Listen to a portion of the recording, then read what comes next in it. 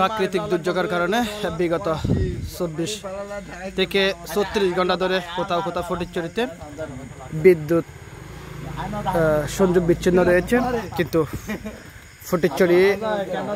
ফটিকছড়ির বিভিন্ন জেলার অফিসার যেখানে রয়েছে সেখানে এখনো বিদ্যুতের বিচ্ছিন্নতার কারণে সাধারণ মানুষের ভোগান্তি, এবং সেই সাথে যারা পল্লী বিদ্যুৎ যারা রয়েছেন, লাইনম্যান রয়েছেন, যারা জিএম রয়েছেন বা যারা এসজিএম রয়েছেন বা যারা ইন্সপেক্টর রয়েছেন, বিভিন্ন দপ্তর রয়েছেন, তারা কিন্তু এখনও রাতভর সাধারণ মানুষের যে ভোগান্তি সে ভোগান্তির সেবা দেওয়ার জন্য ফটিকছড়ির বিভিন্ন প্রান্তে কিন্তু তারা কিন্তু কাজ করে যাচ্ছেন, কার্যক্রম করছেন।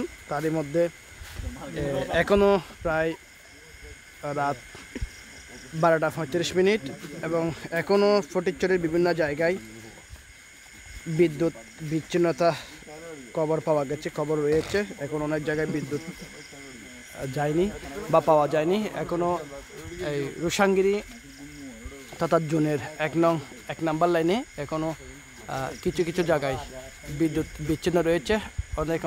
অনেক বিদ্যুৎ অংশেই সন্ধ্যার পর থেকে কিন্তু রয়েছে, বিদ্যুৎ লাইন রয়েছে, কিন্তু এখনও অনেক জায়গায় বিদ্যুতের সংযোগ না থাকায় তারা কিন্তু রাত অনেকক্ষণ হয়েছে, তারপরেও তারা সারাদিন ক্লান্ত শরীরে তারা কিন্তু সাধারণ মানুষের গ্রাহকদের সেবা দেওয়ার জন্য তারা কিন্তু এই রাতভর কষ্ট করে যাচ্ছেন, কার্যক্রম করে যাচ্ছেন, যে তাদের যে অক্লান্ত পরিশ্রম দিনভর, সে অক্লান্ত পরিশ্রমের যে প্রতিফলন, সে প্রতিফলনের আশায় কিন্তু সাধারণ গ্রাহক যারা রয়েছেন তারা অনেকটাই ভোগান্তির মধ্যে রয়েছেন, বা তাদের যে কাজগুলো বা অনেক রিস্কের মধ্যে নিয়ে তারা কিন্তু এই কাজগুলো করে যাচ্ছে শুধুমাত্র সাধারণ গ্রাহকদের সেবা দেওয়ার জন্য।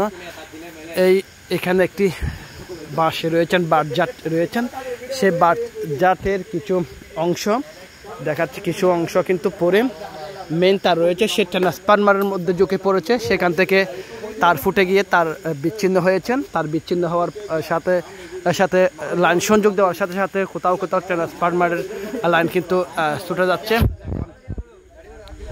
তারা যে ট্রান্সফরমারের লাইন রয়েছে তার সংযোগ দিচ্ছেন, এবং তারা বিশেষ করে ফটিকছড়ি আবদুল্লাহপুর থেকে দক্ষিণে সমিতির হাট এবং ধর্মপুর, কিরাম, নানুপুর, রুশাঙ্গিরি সমিতির হাট, তারপর এরকম বক্তপুর বিভিন্ন ইউনিয়নে রায় সংযোগ বিচ্ছিন্ন রয়েছে। তারা কিন্তু এখনও বিভিন্ন জায়গায় কাজ করতেছে, তাদেরকে আসলে ধন্যবাদ জানাই। এবং সেই সাথে বড় দুঃখের ব্যাপার হচ্ছে যে ফটিকছড়ির তথা সারা বাংলাদেশ জুড়ে পল্লী বিদ্যুৎ লাইনম্যান যারা রয়েছেন বা তারা কর্মরত রয়েছেন, তারা স্থায়ী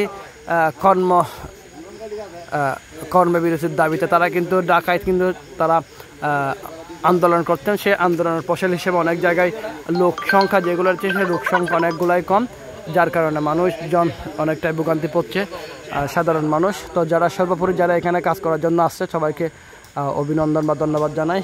এত রাতের মধ্যে তারা এসে সাধারণ মানুষদেরকে যে সেবা দিচ্ছেন সে সেবা দেওয়ার জন্য তাদেরকে ধন্যবাদ জানাই। ধন্যবাদ।